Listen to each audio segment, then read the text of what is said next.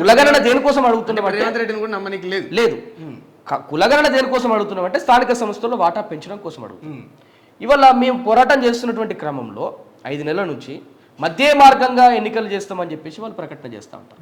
అంటే 23% as per ఉన్నటువంటి government rules ప్రకారం రిజర్వేషన్ ఇస్తాం, 19% మా పార్టీ తరపున ఇస్తాం అంటారు. 19% వాళ్ళ పార్టీ తరపున కనుక ఇస్తే ఏం జరుగుతుంది? వాళ్ళ పార్టీ నుంచి ఒక మా ములంగూరు అండి, మాది శంకరపట్నం మండల్ ములంగూరు విలేజ్. మా ఊర్లో కాంగ్రెస్ పార్టీ ఒక బీసీకి ఇచ్చింది.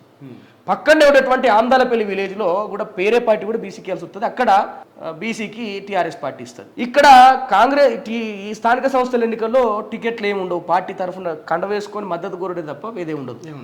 సో ఈ పరిస్థితులలో ములంగూరు గ్రామంలో ఇదే కాంగ్రెస్ మళ్ళీ రేబల్ను రెడ్డినో ఇంకోళ్ళో వాళ్ళకి సంబంధించిన పెడతారు. వాళ్ళ దగ్గర ఉన్నటువంటి ఆర్థిక బలంతో ఇవాళ ఎవరు ఓడిపోతారు, ఎవరు గెలుస్తారు?